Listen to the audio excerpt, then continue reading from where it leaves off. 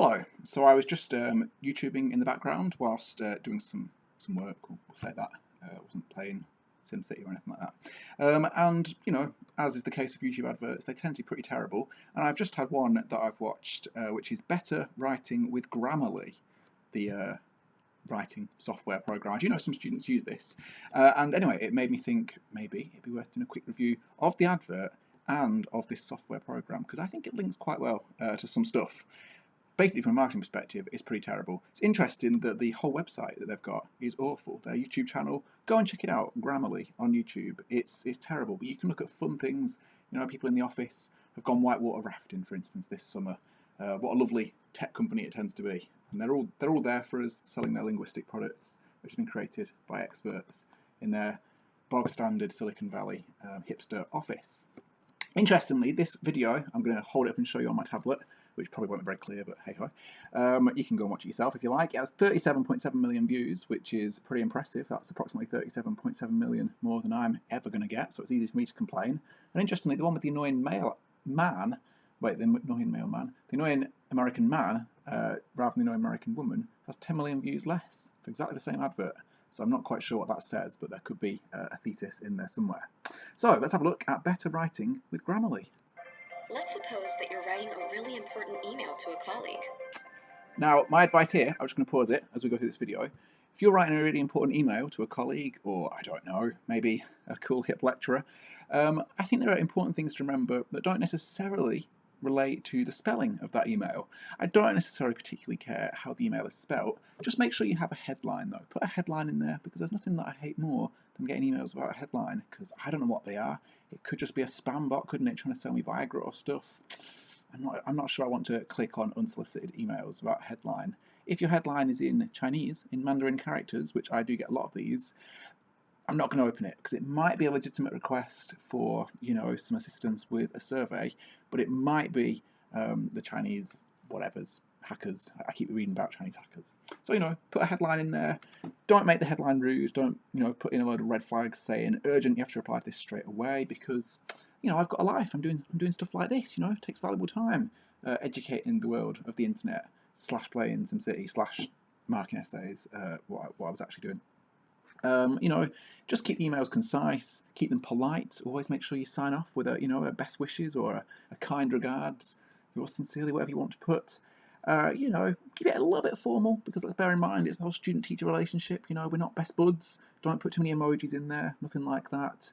Just write a short, clear, concise email that's polite, semi-professional, has a good headline, and isn't rude, telling me I have to reply straight away, slagging me off, that sort of stuff. There are places where you can do that.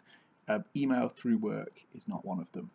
If you do that, I don't care if you've misspelled a few words. So I would just say Grammarly, a bit redundant there on the email front. But let's see what else it is that they offer. Or a post on Facebook that all your friends will see. No, only 4 of them. I've been blocked by most of my friends on Or Facebook. a paper for your English class that you just have to get an A on. Right, okay. So you're going to get an A on your paper for your English or marketing or whatever class, not because you've used Grammarly or not, and not because your spelling is great or not. Now, obviously, yes, there are a few marks always rewarded for spelling, punctuation, grammar, presentation, that type of thing. You know, some people can be a bit of a stickler for that. Personally, when I'm doing marking, I'm not really that bothered.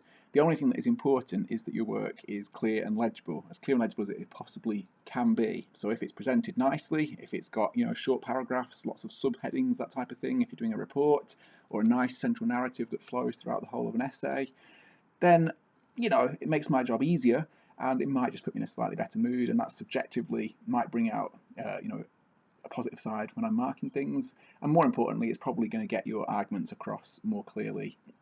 You know, you're going to be able to get those key points in there and make sure they don't get lost, they don't get misquoted, all that sort of thing. You don't paraphrase things wrong. So it's about a good presentation, it's about putting some time in. Again, rather than using a software program such as Grammarly in order to tighten up the spelling, I think just take the time to edit things carefully. Give yourself the time to do thorough research, make sure you've read a good range of references and you've brought those in, because that will come across in a professional piece of work. Give yourself the time to write this, okay? People always start too late. Don't do that. Give yourself time to write, because that will make sure that you're not rushing, you're not hurrying through things. You've got time to bring all those different references in. And then really important is that you make sure you give yourself time to edit stuff. It's very important, and we can discuss this in other videos, that you you read through things, you read them out loud, you print them off, you read through them again, read through them again, read through them again, and you keep making changes 2, 3, 4, 5 times, as many times as possible of doing edits, and you'll make lots of small improvements that really cumulatively add up to a large effect. Again, much more than I imagine Grammarly can actually do. If software is trying to charge you money to do these things, I don't think you should bother paying. Some students I know, particularly my international students, do quite like using Grammarly, and it perhaps helps them a little bit. But I think basically there's no substitute for hard work. Right, what else? It's cool music. A resume for your dream job, or a message to your crush on a dating site. Right, I don't see why you need to use grammar software for sending a dick pic to someone. So I don't think that's a relevant one, to be honest. CV, whatever. The point is that you write important things each and every day. I do. And whether I you're do. an English professor or an English learner, My we blog. all could use a second pair of eyes to help us make sure we're always putting our best foot forward. That's possibly true. I do get a lot of emails back Enter from Grammarly, editors a of writing journals app saying developed that they by need an English speaker to actually write these articles with me. Grammarly helps you find and Which is fix quite grammar, insulting. spelling, and punctuation errors wherever you write. Well, look, they've put Errors some that other punctuation errors in there. spelling errors They're just writing in don't text catch. speak. What a chump. To be fair, though, I mean, Grammarly also you helps you shouldn't need improve Grammarly to tell you not to do that. style, making your I'm just writing watching this clear video. and compelling all the time. Best of all, it's free. It's free. Okay, that answers my question Better about paying writing, for it. better results. There's the tagline there. They need a better Click on the logo. button It's to not particularly download exciting, Grammarly is it? now. The Tinder Flames are a bit more glamorous than that. Grammarly. I wonder if they're going to flog themselves to Microsoft or somebody for whatever, billions upon billions of pounds. Like LinkedIn. How much was that sold for recently? It was something stupid, wasn't it? 8 or 9 billion. Yeah, god damn it. That was a mistaken purchase.